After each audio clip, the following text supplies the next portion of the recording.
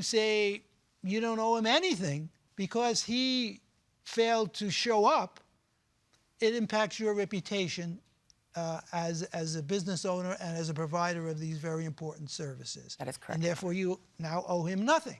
So, Mr. Tan, tell us, how did it come about that you provided these services? So it wasn't, just to clarify, it wasn't an hourly, it was per session I was getting paid. Per session, and how much was that to be? Between, most of them were 60, and then there was a few that we had made an agreement that there was like $75 per session. Is that correct? Per class, he means. All right, per class. We'll start with you, Mr. Tan. So what was your understanding of your responsibilities? To teach the children, and I would get paid for that. How many lessons did you teach? So 9 classes, 1 class at $75. So did you submit an invoice or a bill or anything at all, any paperwork to the defendant to be paid? No, Your Honor. It was just like our non-contractual verbal agreement that we had. Now, after you've provided the first week's services or the second week's services, did you expect payment? Yes. And why did you have that expectation? As a tennis coach, working with several other companies that do the same thing, so that's... But you never signed a contract? No. Did you expect that the defendant would deduct the deposits that were made for the lessons by the parents from your salary if you missed a session?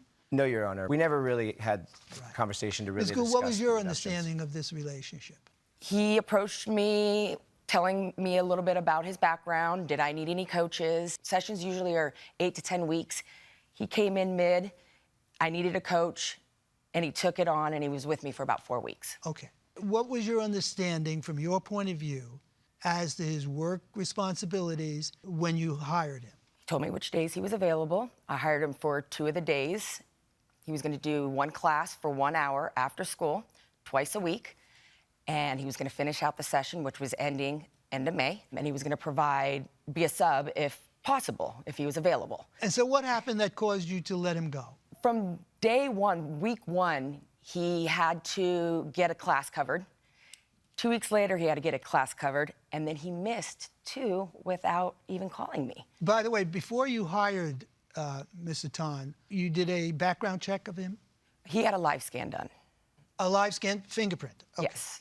And with the DOJ. And did you pay for that? He gets reimbursed. Did you consider him to be your employee? Independent contractor. Did you understand yourself to be an independent contractor? Yes, Your Honor. Yes, Your Honor. I'm going to pass this case to Judge Tawalda.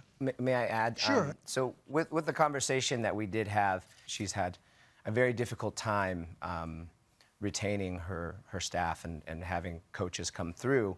So she's been a bit, I'm sure, traumatized. And so in order for her to keep me as an employee, she wouldn't pay me until all services are rendered. That's not how you keep an employee, or at least I wouldn't stick around if I wasn't getting paid.